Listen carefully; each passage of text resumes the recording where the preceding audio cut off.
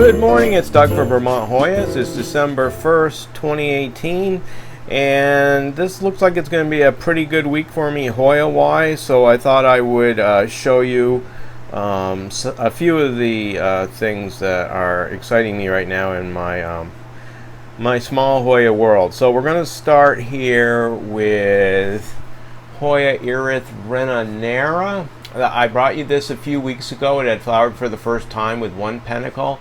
And look at that now. You've got 4 different panicles. Look at the blooming going on. This thing has been a blooming machine ever since I brought you that first video. Just a fantastic plant. So I can't recommend that one highly enough. And then we're going to come down here. I am sitting in my very warm, humid grow tent, by the way. It's beautiful. It's winter, snow all over the ground, and I can be like in the tropics in my own little world in this little 8x8 grow tent. So I want to show you a Hoya wallachii. This is one heck of a tough Hoya for me to grow. You can see here, this is the first time ever.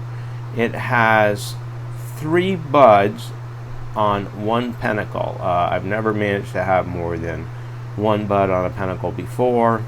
Don't know if those will all make it to maturity, and probably won't, but at least I think the 2 larger buds will make it. So that's pretty exciting. And then we're going to swing right over here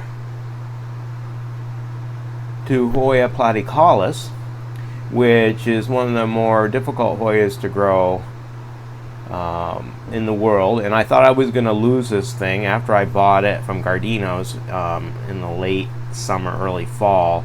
A number of leaves had yellowed and they were falling off pretty rapidly, so I thought this thing was a goner. But it has recovered. It's putting on a lot of new growth. That new growth, you probably can't see it. There's a little tiny panicle, so I'm hopeful that I may flower this again. And you can see why it gets its name Hoya flat stem. Look at this. It's practically flat like a blade of grass, the new growth. Eventually that will plump up, but it's very, very cool. So hey, I'm back. This is my Hoya hideaway that I showed you a few weeks ago.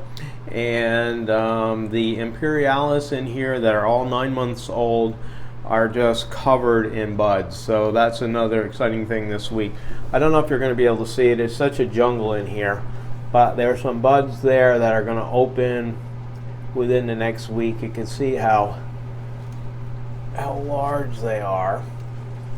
Over here, another 9-month-old Imperialis. Look at that, 13 buds, all beautiful.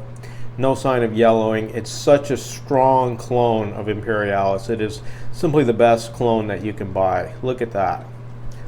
9 months old, so that's going to be a record quick flowering for me. You can hardly flower African Violet is starting it from a cutting that quickly. So pretty excited about that. Hoya soidaleensis continues to flower away. Never wants to stop now. More down here. And Hoya Rebecca, this is a new one for me. I've only had it a few months from a cutting. Grown prodigiously, and there are buds on the bottom of that. So I'm very excited about that. Anytime I can get a first time bloomer, I'm always very happy. Tomorrow I'll be back one last time, and we'll take a look at the water-rooted Hoyas, and I'll show you how those are doing. And then that's it. We'll wrap it up. Hey, it's Doug. Welcome back to a final installment of a Hoya Weekend Review. And we'll take a quick look there at Hoya wallachii, just covered in flowers and buds. Pretty much all of the wallachii that I started late last summer, they all pretty much look like that. They're all growing in moss. Love it. Absolutely shouldn't grow it any other way than growing in moss. It's incredible. Now, I just want to show you the couple of water-rooted Hoyas. You can see that the Engelriana that I put in soil is growing crazy. There's even a teeny little panicle on the top of one of the stems. And let's look at the all-white Hoya Bella.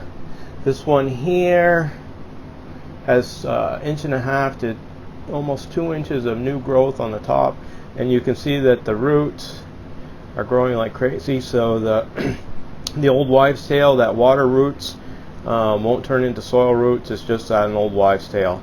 This just proves it, I think, in a big way. And the all-white Bella that had the small teeny panicle you saw last time will be opening almost any day.